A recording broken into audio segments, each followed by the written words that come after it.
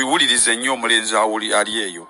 Obubonero kwo'labira nti ebyaddala omuwala ono omulaba byonna bye mugamba yabigaana naye atya buti kunkutula mutima.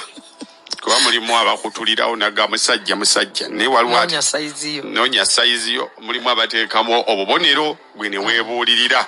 Mulimu just akumira or just time. Meantime the Mr. Right comes along, you know. Kyokka ate bw'amala otuuka eyo Mr. Right n'afuuka left ate n'akukubira. Kati biri wali serious n'omugaye biriwa wali ogambye n'omugaye nze gwolaba wano ngenda lubaga ku bookinga church ofunye gwowasa naye nawe olindalindangako emyaka emeka emitonotono paka oli bwemeka nti kale ng'ena kale etaano awo bamaze okuzuula nti Mr. Right kati left n'akomawo kyembuuza are you okay? Very fine. No, you don't sound okay. Oyinamu ekizibu. Saga akola na mukozi munaye nga ayinamu ekizibu.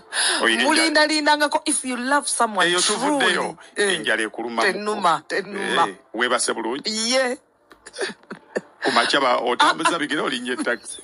Ozi okuba okooye. Wama zino ze sign ng'omuwala takwagala obanga just yakubeezaawo obubeezi.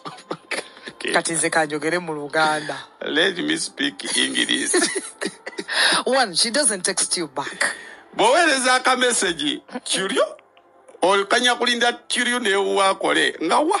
Women are very communicative, but if she doesn't text you back and she says maybe she was busy, just know you're not a priority in her life. Singa otukeseranga obabale abakazi abo balaba bagala nnyo okwogera.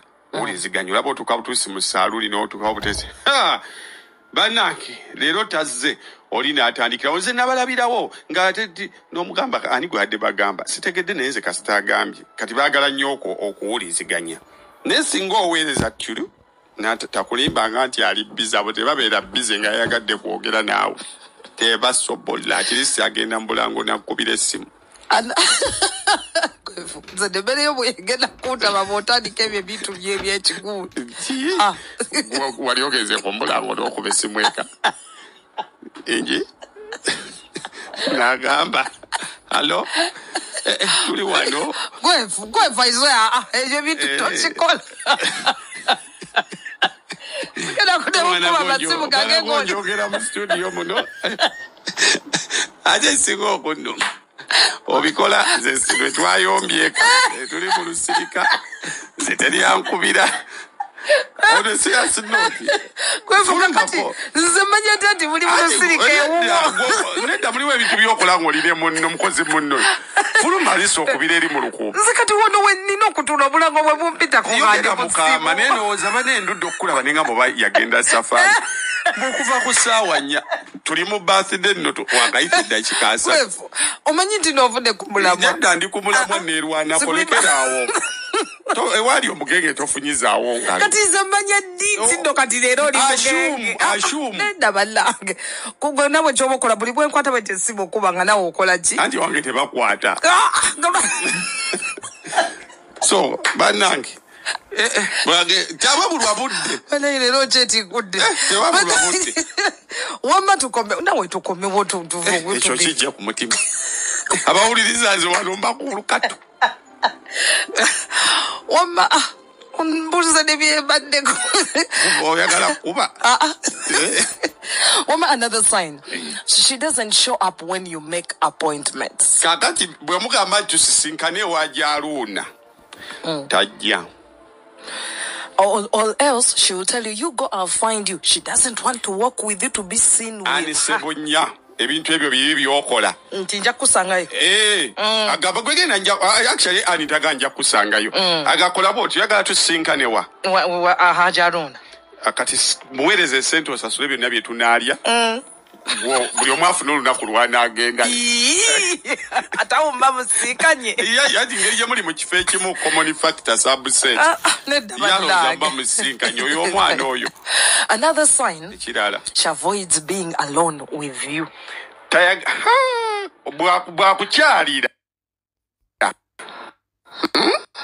munju n'asangamu abantu 4 asooka bw'asiibula n'owokubiri n'asiibula n'owokusatu owokunaaba bafuluma aba babiri kikola kamba genda jasi busigalewo babiri naye alaba osembayo asiibula nga naye yeekubira essimu wangi maama.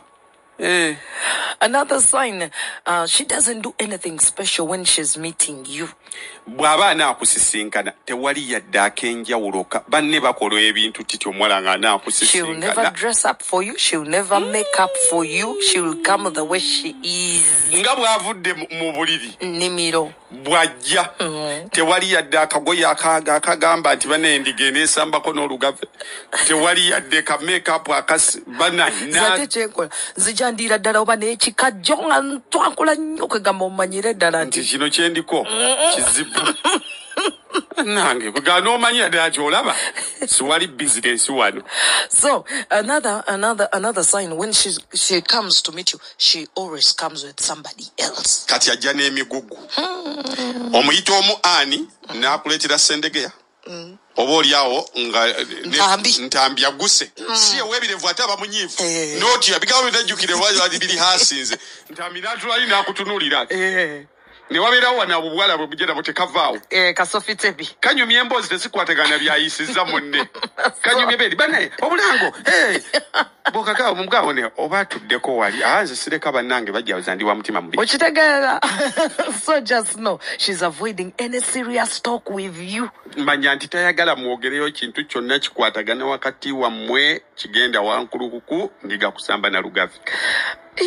Yakyusedde ebintu twali kumukeze nakalasa tugumira awo tekitibuka tekivaawo wali naawe endiga teyasamba n'olugavi.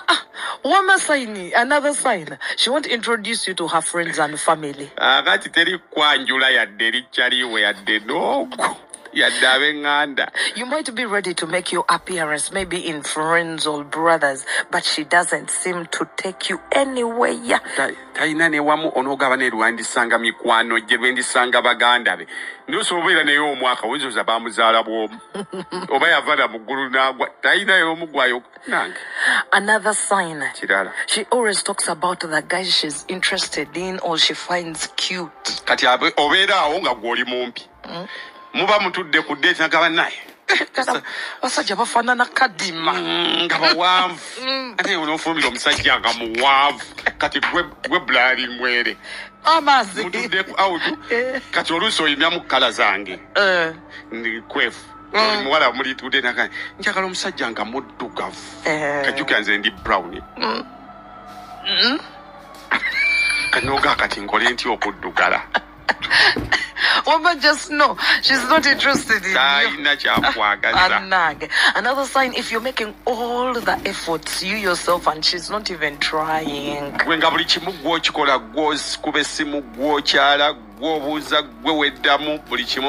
It is you to first text, she will never text you first.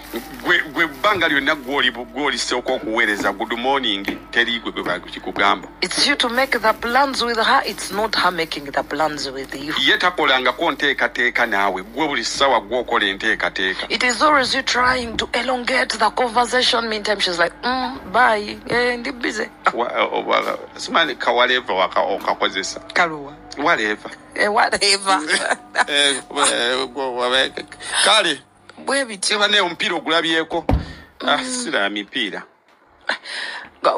Okay, another sign, her conversations are always dry. Emboozi ze zibeerawo nga alinga ejjinja okulijjamu entuuyo. Whether it is in text or in person, she will never respond with a spiced up message. Talina yadde obudyusi bw'ateeka mu bigambo byakugamba buli kimu kiba kikaluga. Just know she's not interested. Okubuuzibwa ne wasuza otya okole ki. Another sign, her body language is always off. Kakati omubiri gwogera naye gwe omanya nnyo omubiri gwe bye gwogera nti biba bikujjako. Because if a girl likes you, somehow obviously her body language will give you a clue. Bane omuwala nga yakwagadde akulengera bulengezi n'omulaba yenna nga aggwerera alinga kando naye omwana omulaba n'akanula eriiso kkalu teyeemoolako tamwenya mugumu ali bannange n'ogamba ono agenda kwesimbawo Bana bagenda okwesimbawo bamwenyeza abalonzi. Naye bannange. Okay, she doesn't want to get personal with you. Ebintu ebyebuntu tayagala biyingiramu. She doesn't want to ask about your friends, your family, where you were born. She's not interested. Tandika omugamba muneno nzanzala bakaliga bitobingamba tobingamba. Ogamba muneno ati gwe bannaye ndoza gye mwakulira mwali mweyagala. Never mind. Tate bwayogera oluzungu. Nofa. Lastly, she's not excited to see you because when a girl is interested in you, she will be happy. Her eyes will light up when she sees you. But for this one, she'll never be happy. Awannaye omuntu nga takwagala bujukira bawala bwatula baga ye